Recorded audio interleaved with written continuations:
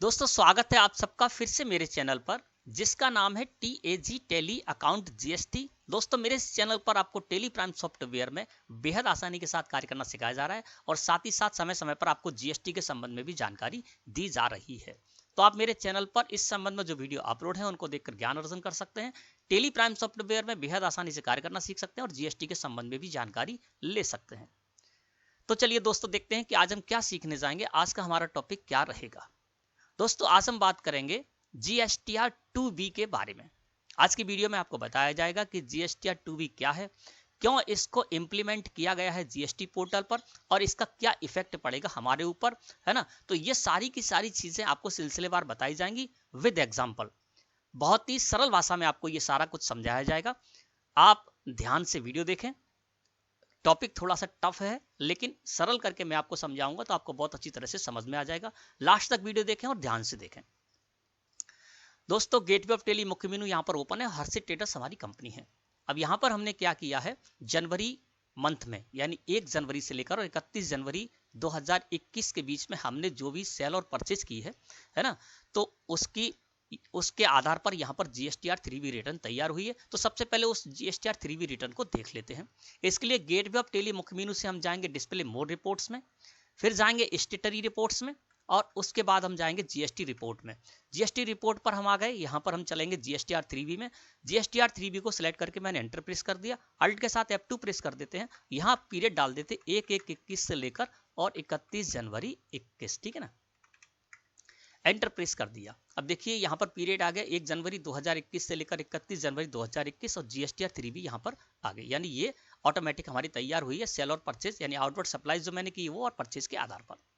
इस जगह सबसे पहले दोस्तों हम देखते हैं कि हमारी लायबिलिटी कुछ बन रही है या नहीं बन रही है, बन रही है तो कितनी बन रही है। 3.1 टेबल में आ गए तो आउटवर्ड सप्लाईज है। यहाँ पर ये कौन सी टेबल होती है जिससे कि हमारी लायबिलिटी तय होती है। अब यहाँ पर यदि हम देख रहे हैं तो इंटीग्रेटेड टैक्स के कॉलम में 52,000 रुपए शो हो रहे हैं और सेंट्रल टैक्स और स्टेट टैक्स के कॉलम में 38,000 शो हो रहे हैं, है ना। और टोटल टैक्स अमाउंट शो रहा है 1,28,000 रुपए। तो ये जो जनवरी मंथ में हमने आउटवर्ड सप्लाईज की उसके आधार पर हमारी लायबिलिटी बनी 52,000 रुपए की इंटीग्रेटेड टैक्स की और सेंट्रल टैक्स और स्टेट टैक्स की 38,000 रुपए की हमारी लायबिलिटी बनी और टोटल लायबिलिटी बनी हमारी कितनी 1,28,000 रुपए की, जो कि टैक्स अमाउंट में यहाँ पर शो हो रहा है। अब GSTR 3B में हम अपनी लायबिलिटी भी शो करते हैं। इसके साथ ही साथ हम जो भी ITC क्लेम करनी होती है परचेज पे जो हमें ITC मिली है या अदरवाइज कोई भी ITC उसको क्लेम करते हैं हम GSTR 3B में ही। और उसके बाद हमारी यदि लायबिलिटी इनपुट टैक्स क्रेडिट से ज्यादा होती है तो हम उसको पे करते हैं और यदि हमारी इनपुट टैक्स क्रेडिट ज्यादा रहती है लायबिलिटी से तो हम कुछ भी पे नहीं करते हैं और जो ITC हमारी बच जाती है सेटअप के बाद वो नेक्स्ट ऑफ मंथ के लिए हमारी कैरी फॉरवर्ड हो जाती है। अब यहाँ पर हमने अपनी लायबिलिटी देख ली। अब बात करते हैं ITC की। तो इनपुट टैक्स क्रेडिट के कॉलम में इंटीग्रेटेड टैक्स में अमाउंट शो रहा है 51,000 रुपए का और सेंट्रल टैक्स और स्टेट टैक्स में 36,600 शो रहे हैं और टोटल ITC देखेंगे एलिजिबल ITC तो यहाँ पर टैक्स अमाउंट में शो रहा है 1,24,200 रुपए। अब इस स्थिति में यदि हम देखें दोस्तों तो 1,28,000 रुपए जो हमारी लायबिलिटी है उसमें से 1,24,200 रुपए यदि हम माइनस कर देंगे ITC के तो 3,800 रुपए की हमारी लायबिलिटी बनेगी, ठीक है ना। क्योंकि 52,000 रुपए जो हमारी इंटीग्रेटेड टैक्स में लायबिलिटी बन रही है और 51,000 की हमारी ITC है तो 52,000 रुपए लायबिलिटी में से 51,000 रुपए माइनस कर देंगे इंटीग्रेटेड टैक्स की इनपुट टैक्स क्रेडिट की तो 1,000 रुपए की हमारी लायबिलिटी निकल कर आ जाएगी। यानी इंटीग्रेटेड टैक्स में हमको 1,000 रुपए कैश लेजर से पे करने होंगे। मान के चलते हैं इससे पहले हमारी कोई भी ITC इलेक्ट्रॉनिक क्रेडिट लेजर में नहीं बची है, ठीक है ना। तो 52,000 रुपए लायबिलिटी IGST की लायबिलिटी में से 51,000 IGST के ITC को माइनस कर दिया तो 1,000 रुपए हमारी लायबिलिटी बच गई इंटीग्रेटेड टैक्स में। इसी तरह से सेंट्रल टैक्स और स्टेट टैक्स की बात करें तो सेंट्रल टैक्स में 38,000 रुपए की हमारी लायबिलिटी बन रही है और सेंट्रल टैक्स में जो हमारी ITC है वो है 36,600 रुपए की। तो 38,000 रुपए सेंट्रल टैक्स की लायबिलिटी में से 36,600 रुपए सेंट्रल टैक्स की ITC को माइनस कर देंगे तो 1,400 रुपए हमारी लायबिलिटी बच जाएगी सेंट्रल टैक्स में और इतनी ही हमारी स्टेट टैक्स में भी बच जाएगी 1,400 रुपए, ठीक है ना। अब 1,400 रुपए स्टेट टैक्स की लायबिलिटी, 1,400 रुपए सेंट्रल टैक्स की लायबिलिटी यानी 2,800 रुपए हो गए और 1,000 इंटीग्रेटेड टैक्स के कॉलम में हमारी लायबिलिटी बन रही है यानी हमको 3,800 रुपए, 2,800 प्लस 1,000 3,800 रुपए हमको पे करने होंगे। इस स्थिति में यदि देखते हैं तो हम क्या करेंगे, चालान बनाएंगे 1000 रुपए का IGST के हेड का, 1400 रुपए CGST और SGST के हेड का, और 3800 रुपए हम पे कर देंगे। ये तो यहाँ पर स्थिति बन रही है। लेकिन जो हमारे बुक्स ऑफ अकाउंट में, हमारे सॉफ्टवेयर में जो शो हो रही है ITC, हम उतनी ही क्लेम नहीं कर सकते।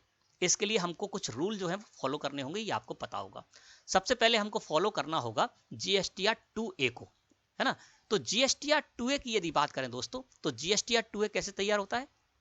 हमारे जो भी सप्लायर हैं जिनसे कि हमने परचेज की है ना, वो सप्लायर अपनी GSTR 1 रिटर्न, जो कि आउटवर्ड सप्लाई होती है उनके लिए, तो GSTR 1 यानी हमारे जो भी सप्लायर हैं जिनसे हमने परचेज की है, वो सारे के सारे सप्लायर अपनी GSTR 1 फाइल कर दें और उसमें हमारे इनवॉइस को शो करा दें, तो हम उसकी ITC क्लेम कर सकते हैं, है ना। और जो आपकी 2A में शो नहीं हो रही है उसको आप क्लेम नहीं कर पाएंगे। तो सबसे पहले हम देख लेते हैं GSTR 2A। इसके लिए दोस्तों हम क्या करते हैं, जब हम GST पोर्टल पर जाते हैं तो देखिए अब GST पोर्टल पर आपको क्या शो हो रहा है। यहां पर जब हम आ गए तो देखिए यहां पर GSTR 1 यानी goods and service tax return 1, GSTR 2A, और एक नया आपको यहां पर टेबल शो हो रही है GSTR 2B, है ना। तो आपको अब क्या करना होगा, आपको केवल GSTR 2A को ही फॉलो नहीं करना है, अब आपको GSTR 2B को भी फॉलो करना है। ये क्या है GSTR 2A? यहां पर लिखा हुआ है ऑटो ड्राफ्टेड ITC स्टेटमेंट, यानी जो ऑटो ड्राफ्टेड ITC स्टेटमेंट है, ये रिटर्न हमको फाइल नहीं करनी होती है। हम GSTR 1 फाइल करते हैं जिसमें कि अपनी आउटवर्ड सप्लाईज की जानकारी देते हैं, है ना, और GSTR 3 भी फाइल करते हैं जिसमें कि हम टैक्स को पे करते हैं लाइबिलिटी और ITC को सेटअप करने के बाद, ठीक है। GSTR 2A ये क्या है कि जो हमारे सप्लायर हैं जिन्होंने अपनी GSTR 1 फाइल की है, तो वो सारे के सारे इनवॉइसेस हमें GSTR 2A में रिफ्लेक्ट होते हैं, है ना, जिससे कि हमको ये पता चल जाता है कि हमको कितनी ITC क्लेम करना है। लेकिन अब GSTR 2B भी आ गया, इसको भी हमको फॉलो करना होगा। कैसे करेंगे वो आपको बताते हैं। सबसे पहले हम चलते हैं GSTR 2A में, क्योंकि हमको GSTR 2A को फॉलो करना है ना। तो इसके लिए दोस्तों जब हम GST पोर्टल पर जाते हैं तो देखिए हमारा GSTR 2A इस तरह से आपको रिफ्लेक्ट हो रहा है। जब हम GSTR 2A में गए तो वहां पर देखिए अमित ट्रेडर्स की जो 3 इनवॉइस हैं, वो तीनों के तीनों इनवॉइस यहाँ पर शो हो रहे हैं, है ना।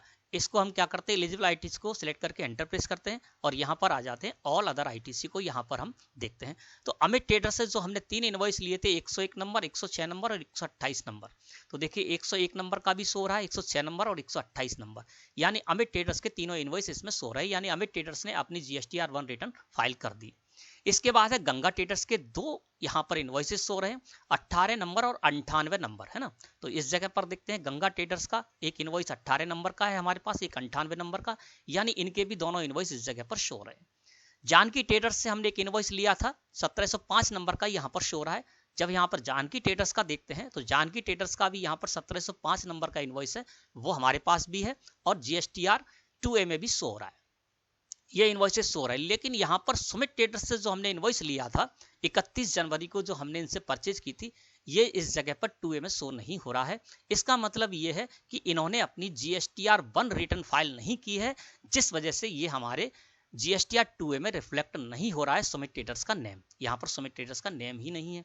तो सबसे पहली बात तो GSTR 2A की बात करें तो यहाँ पर दोस्तों सुमित ट्रेडर्स का जो इनवॉइस है, इस पर जो हमारी सेंट्रल टैक्स और स्टेट टैक्स में 9,000 रुपए की ITC है, इसको दोस्तों हम किसी भी कीमत पर क्लेम नहीं कर सकते, क्योंकि इन्होंने अपने GSTR 1 फाइल नहीं की है, जिस वजह से GSTR 2A में इनका नेम ही शो नहीं हो रहा है, तो इसको तो हम क्लेम नहीं कर पाएंगे, ठीक है ना। अब GSTR 2A में यदि देखें तो यहाँ पर देखिए IGST के कॉलम में 18,000, 24,000 और 9,000, अमित ट्रेडर्स हमारे स्टेट से बाहर की पार्टी थी, तो इन्होंने IGST हमारे ऊपर लगा कर दिया था। इनके तीनों इनवॉइसेस शो रहे हैं और उनकी IGST की ITC भी हमको शो रही, गंगा ट्रेडर्स की भी शो रही है और जानकी ट्रेडर्स की CGST और SGST की ITC हमको शो रही। इनको यदि प्लस कर दें, यानी GSTR 2A जो मैं ओपन किए हुए हूँ दोस्तों, जब आप GST पोर्टल पर जाएंगे तो वहां पर आपको इसी तरह से इनवॉइस वाइज और पार्टी वाइज आपको जानकारी मिल जाएगी, ठीक है।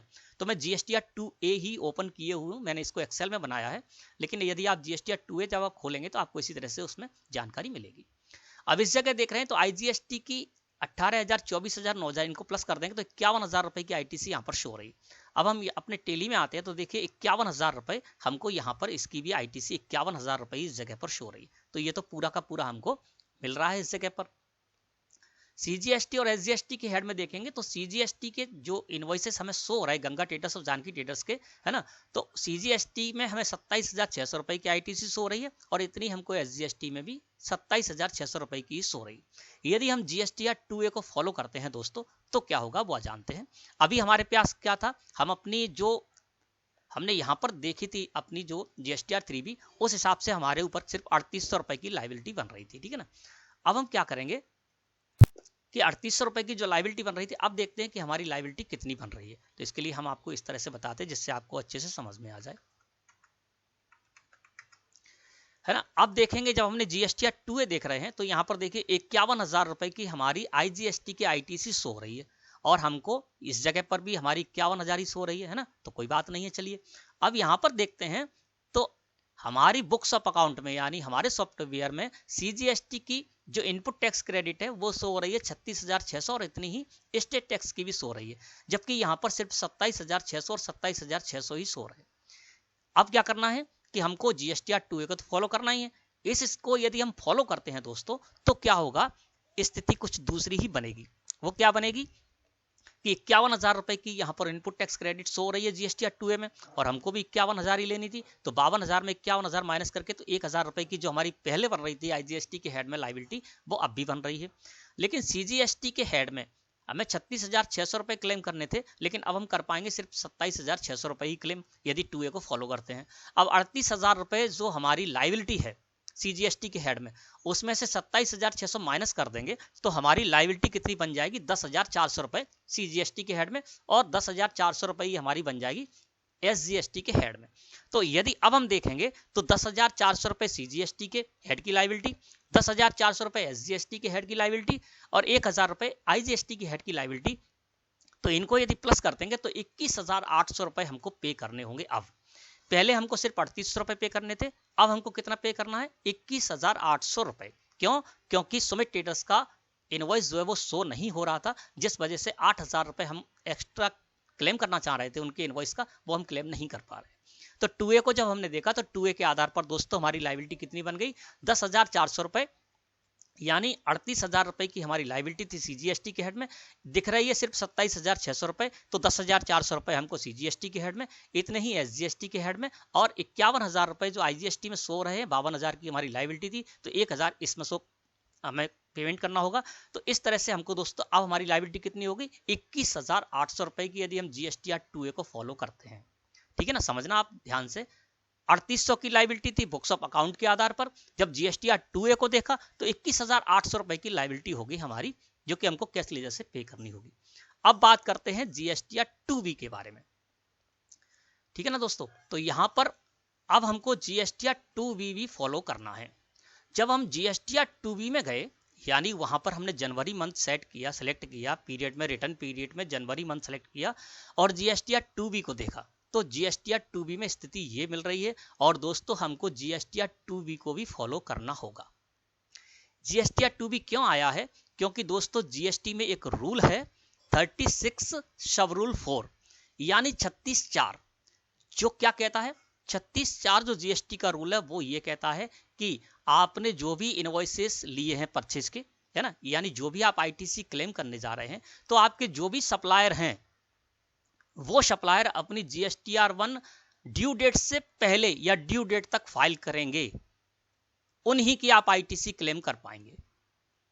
ये रूल 36 नंबर 4 क्या कहता है, 36(4) ये कहता है कि आपकी जो भी सप्लायर पार्टी हैं जिनसे कि आपने परचेज की है, वो अपनी जीएसटीआर 1 न केवल फाइल करें, ड्यू डेट तक ही फाइल करें, और ड्यू डेट के बाद यदि फाइल करते हैं तो उनकी आईटीसी आप क्लेम नहीं कर पाएंगे, है ना। तो जब हम जीएसटीआर 2B में आए तो यहां तो मामला बहुत ही गड़बड़ है और हमको इसको फॉलो भी करना होगा। Rule number 36(4). 36(4) क्या कहता है कि जो भी आपके इनवॉइसेस जीएसटीआर 2A में शो रहे हैं उनके आधार पर आप आईटीसी क्लेम नहीं कर पाएंगे, जो आपके जीएसटीआर 2B में जो अमाउंट शो रहा है वही आप क्लेम कर पाएंगे। जीएसटीआर 2B में कौन सा शो होगा, मान लीजिए आपके सप्लायर हैं, मंथली फाइलर हैं, जीएसटीआर 1 मंथली फाइल करते हैं, तो जनवरी मंथ की जिन जिन सप्लायर ने आपने जिनसे परचेज की, तो जो जो सप्लायर जनवरी मंथ की जीएसटीआर 1 फरवरी मंथ की 11 तारीख तक फाइल कर देंगे, उन्हीं इनवॉइसेस की आईटीसी आप क्लेम कर पाएंगे। अब जब जीएसटीआर 2V में आए तो यहाँ पर सिर्फ और सिर्फ अमित ट्रेडर्स के 3 इनवॉइस 101, 106 और 128 नंबर के शो हो रहे हैं और आईजीएसटी की आईटीसी 51,000 शो हो रही है। सीजीएसटी एसजीएसटी की कोई भी आईटीसी इस जगह पर शो नहीं हो रही है। ये क्यों हो रहा है, चलिए आपको बताते हैं। इसके लिए क्या करना है दोस्तों कि जब हम जीएसटी पोर्टल पर गए है ना, और वहां पर जब हमने देखा जीएसटीआर 2A को, ठीक है ना, तो जीएसटीआर 2A में यानी सप्लायर जो हमारे थे उन्होंने अपनी जीएसटीआर 1 फाइल की, उसके आधार पर जीएसटीआर 2A तैयार हुआ। अभी जब हमने जीएसटीआर 2A देखा था दोस्तों तो वहां पर ये सारे के सारे इनवॉइसेस शो हो रहे थे, सिर्फ सुमित ट्रेडर्स का इनवॉइस शो नहीं हो रहा था। जबकि 2V में गए तो केवल अमित ट्रेडर्स के इनवॉइस शो रहे हैं, ना तो गंगा ट्रेडर्स के शो रहे हैं, ना जानकी ट्रेडर्स के शो रहे हैं, जो कि जीएसटीआर 2A में शो हो रहे थे। वो उसका रीजन क्या है वो आपको बताते हैं। ये हो रहा है 36(4) रूल, यहां से आपका एप्लीकेबल इस जगह से आपको करना है। अब यहां पर जब हमने देखा था 2V में, जीएसटीआर 2V में देखा था, ये जीएसटीआर 2A है जीएसटी पोर्टल का, है ना। शुरुआत में जब आप जाएंगे तो आपको इस तरह से शो होगा। यहाँ पर देखिए अमित ट्रेडर्स का यहाँ पर नेम आ रहा है और अमित ट्रेडर्स के तीनों इनवॉइसेस हमको शो हो रहे थे। क्यों शो हो रहे थे, क्योंकि यहाँ पर जीएसटीआर 1 फाइलिंग स्टेटस में वाई यानी यस है, यानी इन्होंने क्या किया है, अपनी जीएसटीआर 1 फाइल की है। और कब फाइल की है, 10 फरवरी 2020 को, यानी ड्यू डेट क्या थी, 11 फरवरी 2020 तक इनको फाइल करनी थी और इन्होंने 10 फरवरी को ही फाइल कर दी, ठीक है ना। जनवरी मंथ की रिटर्न पीरियड यहाँ पर जनवरी मंथ हो रहा है ना। तो इन्होंने क्या किया, ड्यू डेट से पहले ही फाइल कर दी, या ड्यू डेट तक आप फाइल करेंगे तो कोई दिक्कत नहीं है। अब इन्होंने क्या किया, अमित ट्रेडर्स ने जो अपनी जीएसटीआर 1 रिटर्न इनको फाइल करनी थी जनवरी मंथ की 11 फरवरी तक ड्यू डेट थी, उससे पहले ही इनने फाइल कर दी, है ना। तो वो इस जगह पर फाइलिंग स्टेटस देखेंगे तो यस हो रहा है और डेट शो हो रही है 10 फरवरी 2020। अब जब हम यहाँ पर गए थे दोस्तों तो यहाँ पर जब हम देख रहे थे जीएसटीआर 2B तो सिर्फ अमित ट्रेडर्स के ही इनवॉइस शो हो रहे थे। वो इसलिए शो हो रहे थे क्योंकि इन्होंने न केवल अपनी जीएसटीआर 1 फाइल की है, यस शो रहा है, फाइल ही नहीं की है, समय पर ही फाइल कर दी है, यानी 11 फरवरी से पहले फाइल कर दी, इसलिए इनके इनवॉइसेस हमको जीएसटीआर 2B में शो हो रहे थे। अब बात करते हैं गंगा ट्रेडर्स की, तो गंगा ट्रेडर्स का नाम भी यहाँ जीएसटीआर 2A में शो रहा है, इनके इनवॉइसेस भी शो रहे थे। इन्होंने भी जब देखेंगे तो जीएसटीआर 1 फाइलिंग स्टेटस में यस है, यानी इन्होंने भी अपनी जीएसटीआर 1 फाइल की है, जनवरी मंथ की कर दी, लेकिन कब की है, 15 फरवरी 2020 को, यानी ड्यू डेट के बाद। इससे क्या हो रहा है कि ड्यू डेट के बाद इन्होंने फाइल की है तो जीएसटीआर 2A में तो वो इनवॉइसेस शो हो रहे हैं, लेकिन जीएसटीआर 2B में नहीं जाएंगे। जीएसटीआर 2B में कब जाएंगे, जबकि ड्यू डेट तक फाइल कर देते, यानी 11 फरवरी तक फाइल कर देते, तो इन्होंने 15 फरवरी को फाइल किया है। तो इस मंथ की जब आप जीएसटीआर 2B देखने जाएंगे, यानी जनवरी मंथ की जब आप जीएसटीआर 2B देखने जाएंगे तो वहां पर आपको ये इनवॉइसेस शो नहीं होंगे। अगले मंथ जब आप जाएंगे तब आपको ये इनवॉइसेस शो होंगे और तभी आप इनकी आईटीसी क्लेम कर पाएंगे। रूल नंबर 36(4) को फॉलो करना है आपको, तो ठीक है ना। अब जानकी ट्रेडर्स का जब देख रहे हैं तो जानकी ट्रेडर्स के भी हमको इनवॉइसेस अपने जीएसटीआर 2B में शो नहीं हो रहे थे, है ना। जब हम जीएसटीआर 2B में देखते हैं तो जीएसटीआर 2B में जानकी ट्रेडर्स के भी शो नहीं हो रहे थे। उसका कारण क्या है कि जीएसटीआर 2A में तो शो रहे थे लेकिन 2B में शो नहीं हो रहा है। क्यों नहीं हो रहा है, क्योंकि जानकी ट्रेडर्स का नेम यहाँ पर शो हो रहा है, इनके इनवॉइसेस भी शो हो रहे थे, लेकिन जब हम देख रहे हैं जीएसटीआर 1 फाइलिंग स्टेटस में तो यहाँ पर एन शो हो रहा है। इसका मतलब ये है कि इन्होंने हमारे इनवॉइस अपलोड तो कर दिए जीएसटीआर 1 पर, सबमिट भी कर दी, लेकिन उसको फाइल नहीं किया।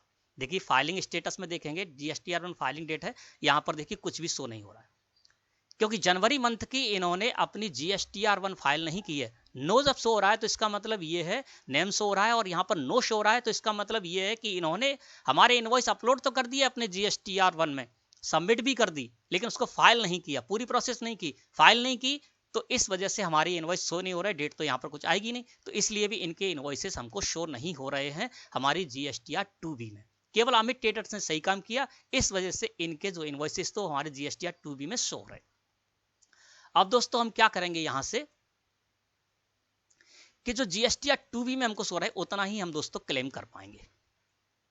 और एक बात और आपको बता दें कि जीएसटीआर 2B इंप्लीमेंट हो चुका है जीएसटी पोर्टल पर। जब आप जीएसटीआर 3B फाइल करने जाएंगे तो वहां पर 51,000 रुपए की आपको आईटीसी शो होगी आईजीएसटी के हेड में, और सीजीएसटी और एसजीएसटी के हेड में कुछ भी शो नहीं होगा। तो आप 36(4) जो रूल है उसकी यदि बात करें तो सिर्फ और सिर्फ आप 51,000 आईजीएसटी के हेड की आईटीसी ही क्लेम कर पाएंगे, सीजीएसटी और एसजीएसटी के हेड की आईटीसी क्लेम नहीं कर पाएंगे। और यदि आपने क्लेम करने की कोशिश की उस जगह पर जीएसटी और एसजीएसटी की हेड में, तो वो टेबल जो है आईजीएसटी वाली जो इनपुट टैक्स क्रेडिट वाली जो 4 नंबर की टेबल होती है वो रेड हो जाएगी, यानी आपके पास नोटिस आ सकता है जीएसटीआर 2B का उल्लंघन, यानी 36(4) रूल का उल्लंघन करने से संबंधित, और आप मुसीबत में पड़ सकते हैं। अब इस जगह जब देखा दोस्तों, केवल 51,000 रुपए की आईजीएसटी के हेड में हमको आईटीसी शो हो रही है और हम इतनी ही क्लेम कर पाएंगे।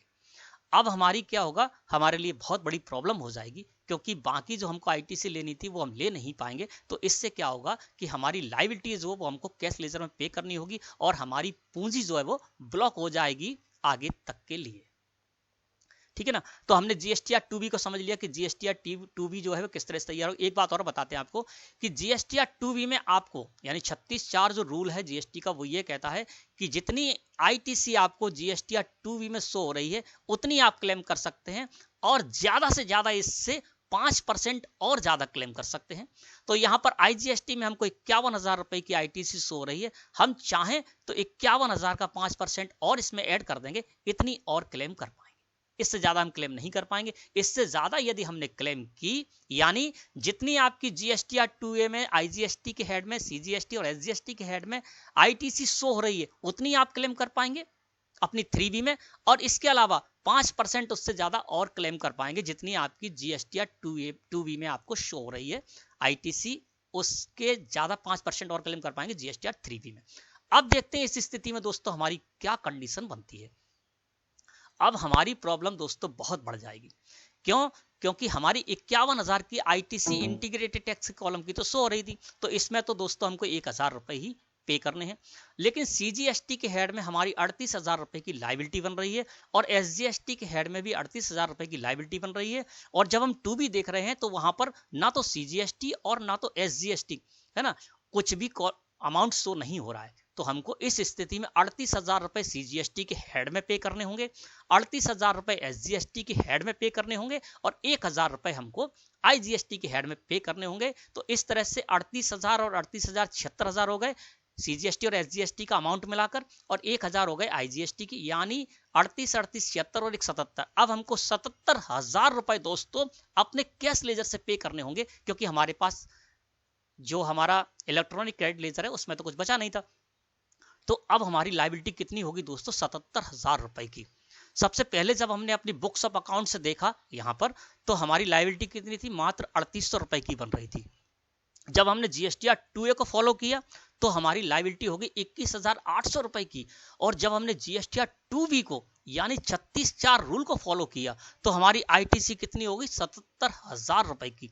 तो अब दोस्तों हमको जब हम जीएसटीआर 3 फाइल करने जाएंगे तो 38,000 रुपए हमको सीजीएसटी के हेड में, 38,000 रुपए एसजीएसटी के हेड में, और 1,000 रुपए हमको आईजीएसटी के हेड में पे करने होंगे। तब हम जीएसटीआर 2B को फॉलो कर पाएंगे, यानी रूल नंबर 36(4) को फॉलो कर पाएंगे। अब दोस्तों हमारे लिए बड़ी मुसीबत हो गई। यदि हम रूल नंबर 36(4) को फॉलो करते हैं तो हमको 77,000 रुपए पे करने पड़ेंगे कैश लेजर से, तो हमारी पूंजी ब्लॉक हो जाएगी। जबकि रियल देखते तो हमको केवल 3800 रुपए पे करने थे, और 2A को यदि हम फॉलो करते तो सिर्फ हमको जो 21,800 पे करने होते, अब हमको 77,000 रुपए पे करने होंगे। तो ये दोस्तों बहुत ही आपके लिए प्रॉब्लम हो जाएगी, क्योंकि आज यदि आपने 77,000 रुपए पे कर दिए और आगे के 6 महीने तक यदि आपकी कोई लायबिलिटी नहीं बनती, यानी आपकी परचेज ज्यादा रहती है और सेल कम होती है, तो आपकी कोई लायबिलिटी नहीं बनेगी, तो आप 6 महीने तक उसको यूज नहीं कर पाएंगे।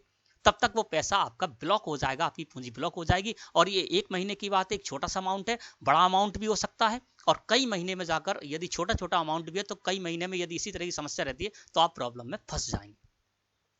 अब यदि दोस्तों आप 77,000 रुपए यानी जीएसटीआर 2B आपको क्या है, सिर्फ ऑटो ड्राफ्टेड आईटीसी स्टेटमेंट है, आपको रोकता नहीं है, आपको सिर्फ वार्न करता है कि आपको इतनी ही आईटीसी क्लेम करनी है। और यदि आप इस वार्न जो आपको कर रहा है उसको आप नेग्लेक्ट करते हैं, अवॉइड कर देते हैं, इग्नोर कर देते हैं और पूरी की पूरी आईटीसी क्लेम कर लेते हैं, कर सकते हैं आप ऐसा जीएसटीआर 3B में। जीएसटीआर 2B आपको क्या है, सिर्फ सजेशन दे रहा है, आपको वार्न कर रहा है, रोकेगा नहीं आपको जीएसटीआर 3B फाइल करने से, एक्सेस आईटीसी क्लेम करने से रोकेगा नहीं। आप चाहें तो पूरी 77,000 रुपए की यानी पूरी की पूरी आईटीसी क्लेम कर सकते हैं, और 3800 रुपए जो आपकी यहां पर लायबिलिटी बन रही है उतने को ही क्लेम कर सकते हैं।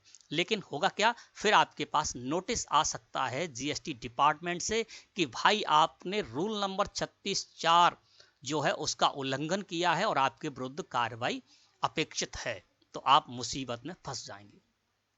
तो दोस्तों आपको ये ध्यान रखना है कि आपको आगे आने वाले नोटिस से बचना है, मुसीबत से बचना है, तो आप उतनी ही आईटीसी क्लेम करें जितनी कि आपकी जीएसटी या 2B में सो रही है, और ज्यादा से ज्यादा उससे 5% और क्लेम कर लेंगे तो आप कहीं खतरे में नहीं आएंगे। इससे ज्यादा क्लेम करेंगे तो 4 नंबर की जो टेबल है आईटीसी क्लेम करने वाली वो रेड हो जाएगी और आपके पास नोटिस आने की संभावना बढ़ जाएगी, आप परेशानी में फंस जाएंगे। तो ये तो दोस्तों होगी ये वाली बात कि आपको किस तरह से जीएसटी या 2B फॉलो करना है। जीएसटी या 2B क्यों इंप्लीमेंट किया गया है 36(4) रूल को लागू करने के लिए, और आप यदि इसका उल्लंघन करते हैं तो आप परेशानी में फंस सकते हैं, और यदि आप उसका उल्लंघन नहीं करते हैं तो आप परेशानी में फंस गए। इस स्थिति में आपको 77,000 रुपए पे करने होंगे, है ना। तो आपके लिए प्रॉब्लम ये भी है।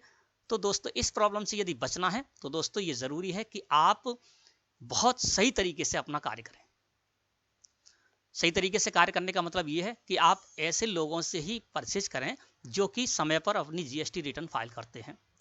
दूसरी बात यह है कि आपने जिससे भी आप इनवॉइस लें परचेज के, इनवॉइस लेते समय ही यानी परचेज करते समय उनसे बोल दें कि भैया आप अपनी GSTR 1 में जो हमने परचेज की है वो आप अपने GSTR 1 में उन सारे के सारे इनवॉइस को शो कराएं और ड्यू डेट से पहले अपनी GSTR 1 रिटर्न फाइल कर दें, जिससे कि हम पूरी की पूरी आईटीसी क्लेम कर पाएं और इस स्थिति से बच सकें जिस स्थिति में हम फंस गए हैं। 77,000 रुपए आज हमको पे करना पड़ रहे हैं। दूसरी बात आप ये भी कर सकते हैं कि 2 या 3 तारीख को नेक्स्ट ऑफ मंथ की यानी जनवरी की बात कर रहे हैं तो फरवरी 2 या 3 तारीख को आप अपने सप्लायर से, जो बड़े बड़े सप्लायर हैं उनसे आप फोन करके कह सकते हैं कि भैया आप अपनी GSTR 1 ड्यू डेट से पहले फाइल कर दें और हमारे इनवॉइसेस उसमें शो करा दें, जिससे कि हम ये जो स्थिति बन रही है इस स्थिति से बच सकें। तो ये आप कर सकते हैं दोस्तों, लेकिन आपको करना यही है कि जो भी आपको आईटीसी क्लेम करनी है वो उतनी ही क्लेम करनी है जितनी कि आपकी GSTR 2B में शो हो रही है ना। तो इस तरह से दोस्तों, है ना। अब बात करते हैं कि जो मंथली फाइलर है वो तो ठीक है, अपनी फाइल कर देंगे 11 तारीख तक, लेकिन जो क्वार्टरली फाइलर है, अब हमारे यहाँ पर क्या हो रहा था, सुमित ट्रेडर्स का जो हमारा इनवॉइस था वो शो नहीं हो रहा था, है ना। जब हम अपनी GSTR 2A में गए थे तो सुमित ट्रेडर्स का हमको इनवॉइस शो नहीं हो रहा था। तो ये भी हो सकता है कि सुमित ट्रेडर्स क्वार्टरली फाइलर हो, तो क्वार्टरली फाइलर हैं वो तो अभी जनवरी में भरेंगे नहीं, वो क्या करेंगे जनवरी फरवरी मार्च की क्वार्टर, तीनों क्वार्टर मार्च की यानी पूरे क्वार्टर की, जनवरी टू मार्च का जो क्वार्टर है उसकी अप्रैल में भरने जाएंगे, अप्रैल में फाइल करने जाएंगे, तो हमको तो वैसे भी नहीं देख सकता था।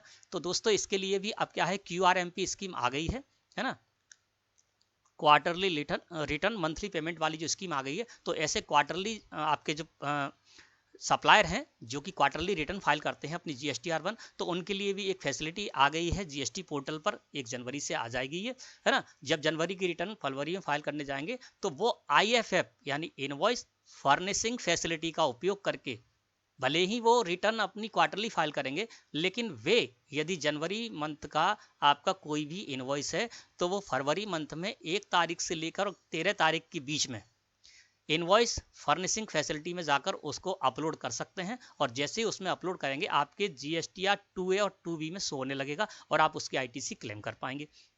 तो कोई यदि आपका क्वार्टरली फाइलर है वो यदि आपसे कहता है कि भैया हम तो क्वार्टर में ही फाइल करेंगे, अभी कहाँ दिखेगा, हमारा तो दिखेगा अप्रैल में जाकर, तो आप उनसे ये बोलें कि भैया आप भले ही क्वार्टरली फाइलर हैं, आप IFF का उपयोग करें, यानी इनवॉइस फर्निशिंग फैसिलिटी जो है दी गई है उसका उपयोग करें, और जनवरी मंथ का जो हमारा इनवॉइस था वो 13 फरवरी तक यानी 1 फरवरी से लेकर 13 फरवरी के बीच में उसको अपलोड कर दें, जिससे कि वो हमारे GSTR 2A में और GSTR 2B में आ जाए और हम उसकी आईटीसी क्लेम कर पाए। तो दोस्तों अब आपको जो प्रॉब्लम है वो आने वाली है, और ये जो सारा प्रक्रिया है वो 1 जनवरी से आपको लागू हो चुकी है और 1 जनवरी से न्यू रिटर्न भी लागू हो रही है ना। तो ये सब कुछ आपको फॉलो करना होगा, नहीं करेंगे आप तो मुसीबत में फंस जाएंगे, आपको नोटिस का सामना करना पड़ेगा। तो किस तरह से ये जो टॉपिक था वो मैंने पूरी तरह से सरल तरीके से आपके सामने क्लियर किया है, और आशा है आपको अच्छी तरह समझ में भी आ गया होगा। और ये जो मुसीबत है 2B की 36(4) की, है ना, उससे किस तरह से आपको बचना है वो भी मैंने आपको बता दिया। आशा है कि आज का टॉपिक आपको अच्छी तरह समझ में आ गया होगा। वीडियो अच्छी लगी हो तो लाइक करें। धन्यवाद।